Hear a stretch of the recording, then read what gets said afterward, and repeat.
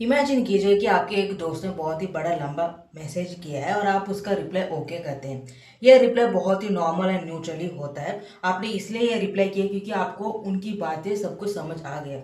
लेकिन ये रिप्लाई सामने वाले को अनॉय का सिग्नल देता है, क्योंकि यहाँ पे कोई टोन का विजिबल नहीं होता। जब हम फेस टू फेस बातें करते हैं तो वहाँ पे एक्सप्रेशंस, बॉडी लैंग्वेज से मीनिंग समझ लेते हैं। लेकिन टेक्स्ट मैसेजेस में सिर्फ वर्ड्स ही होते हैं, वहाँ पे टोन इंटरप्रेशन नहीं होता, जिसकी वजह से लोग सिर्फ अस्यूम ही करते हैं। और इस वजह से ही बिना कुछ बोले ही मिसअंडरस्टैंडिंग हो जाती है, कॉन्वर्सेशन एंड वाइब वियर्ड हो जाती है एंड अननेसेसरी बातें बड़े होने लगती हैं। यहाँ पे कंटेंट की प्रॉब्लम नहीं होती, बल्कि टोन इंटरप्रेशन की होती है। अगर आपने इस तरह के चैट में मिसअंडरस्टैंडिंग फेस किया है तो आज हम इसी प्रॉब्लम का सोल्यूशन देखते हैं। तो इस प्रॉब्लम को कहते हैं फ्लैट टेस्टिंग हैबिट। जब हम शॉर्ट ड्राई रिप्लाई भेजते हैं लाइक ओके, फाइन, तो इस मैसेज के पीछे जो इंटेंशन और इमोशन होता है ना, वो क्लियर ही नहीं होता।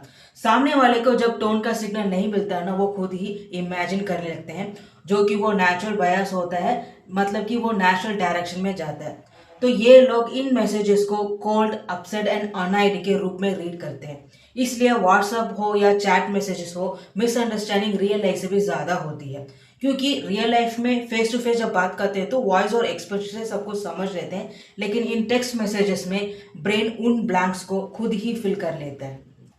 जब मैसेजेस में कोई वोकल टोन नहीं होती तो ब्रेन ऑटोमेटिकली उस सिचुएशन को खुद ही अस्यूम कर लेता है।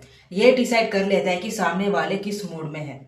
साइकोलॉजी में इस टेंडेंसी को कहते हैं नेगेटिविटी बायस। मतलब जब इंफॉर्मेशन इनकम्प्लीट होगी तो वो नेगेटिव एंगल से अज्यूम कर लेता है, like irritation, disinterest and pressure aggressive tone.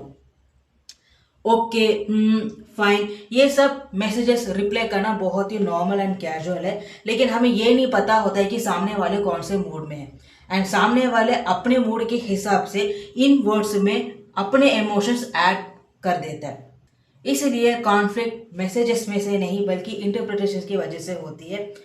Same words को लोग अलग टोन के साथ रीड करते हैं और वही सही मिसअंडरस्टैंडिंग का रूट बन जाता है।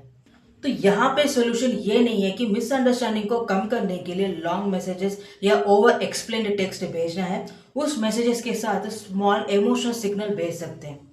जब सामने वाले को पता चल जाता है कि आप क्या कहना चाहते हैं तो वो कोई गेसेस नहीं करेंगे एंड मिसअंडरस्टैंडिंग होने के चांसेस कम हो जाएंगे।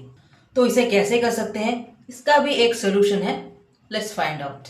तो इस प्रैक्टिकल सोल्यूशन को कहते हैं टोन टैग रूल। जब आप कोई मैसेज रिप्लाई करते हो ना, तो उसके साथ टोन क्लैरिफाइंग फ्रेज ऐड कर दो। एक्स्ट्रा वर्ड्स ऐड करने से मैसेज लॉन्ग नहीं होता, बल्कि उस मैसेज के पीछे जो इमोशन एंड इंटेंट है वो क्लियर हो जाता है। लाइक अभी आप ओके भेज रहे हो तो उसके साथ गेट इट ऐड कर सकते हैं। भेज रहे हो तो let me think and fine, no stress. ये टेक्निक को यूज करना बहुत ही इजी है। जब आप 2 या 3 वर्ड्स ऐड करते हो तो क्लैरिटी मिल जाती है। ये टेक्निक तब यूज करना है जब मैसेज शॉर्ट हो, टॉपिक सेंसिटिव हो और आपके पास टाइम नहीं है डिटेल में बात करने के लिए, तब आप इस तरह के मैसेजेस भेज सकते हो। साइकोलॉजी में इस तरह का टोन या इमोशंस क्यू मैसेजेस में ऐड करते हो तो सामने वाले समझ आते हैं कि इस मैसेज में कोई नेगेटिविटी नहीं है, तो वो अस्यूम करना छोड़ देंगे। नेगेटिविटी बायस जो उसका इफेक्ट है वो ब्रेक हो जाएगा एंड मिसअंडरस्टैंडिंग कम हो जाएगी। तो इसके कुछ एग्जांपल्स हैं। ऑफिस चैट्स में अगर आप किसी काम को अप्रूवल देना चाहते हैं तो वहां पे टोन ऐड करना बहुत ही इंपॉर्टेंट है। तो वहां पे आप इस तरह से रिप्लाई कर सकते हैं, okay, noted, approved, looks great.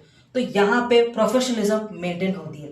Family chats में अगर आपने वन वर्ड रिप्लाई किया ना तो रूड और अनइंटरेस्टेड लग सकता है। तो इसे सॉफ्टन करने के लिए एंड मिसअंडरस्टैंडिंग को दूर करने के लिए आप इस तरह से रिप्लाई कर सकते हैं कि ओके, कोई प्रॉब्लम नहीं है, फाइन, मैं समझ गया।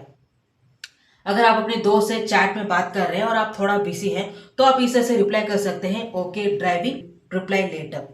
तो इससे क्या होगा कि आपके दोस्त को क्लैरिटी मिल जाती है कि आप उन्हें इग्नोर नहीं कर रहे हैं और वो आपकी बातों को समझे। तो ये टेक्निक का जो इफेक्ट है वो ये होता है कि छोटी बात भी बड़ा फाइट में कन्वर्ट नहीं होता और जो कॉन्वर्सेशन का जो फ्लो है ना वो स्मूथ एंड रिलैक्स ही रहता है। जब आप मैसेजेस में एक्स्ट्रा इमोशनल क्यूज ऐड करते हैं तो अननेसेसरी टेंशन नहीं होती। So in the end text message में वर्ड्स ही ट्रांसमिट नहीं होते, हमारे मूड कैसा है वो भी इनडायरेक्टली भेज देते हैं। चाहे और ना चाहते हुए भी सामने वाले मूड को फिल्टर करते ही उन मैसेजेस को रीड करते हैं। जब आप tone tag, emotional cues, soft words add करते हैं ना, तो रिसीवर आपके मैसेजेस को नेगेटिव मूड में रीड नहीं करते, बल्कि वो आपके मैसेज को और भी समझने की कोशिश करते हैं। जिस दिन आप मूड कॉन्शियसली सिग्नल करना सीख जाएंगे, उस दिन से व्हाट्सएप कॉन्फ्लिक्ट ऑटोमेटिकली होना कम हो जाएगी। और ये चैट कम्युनिकेशन का गोल्डन रूल है। अगर आप इस तरह के टेक्निक से अपने कम्युनिकेशन स्किल्स में मिसअंडरस्टैंडिंग को दूर करना चाहते हैं तो मेरे आने वाले वीडियोस को मिस मत कीजिए। See you guys in the next one. Bye.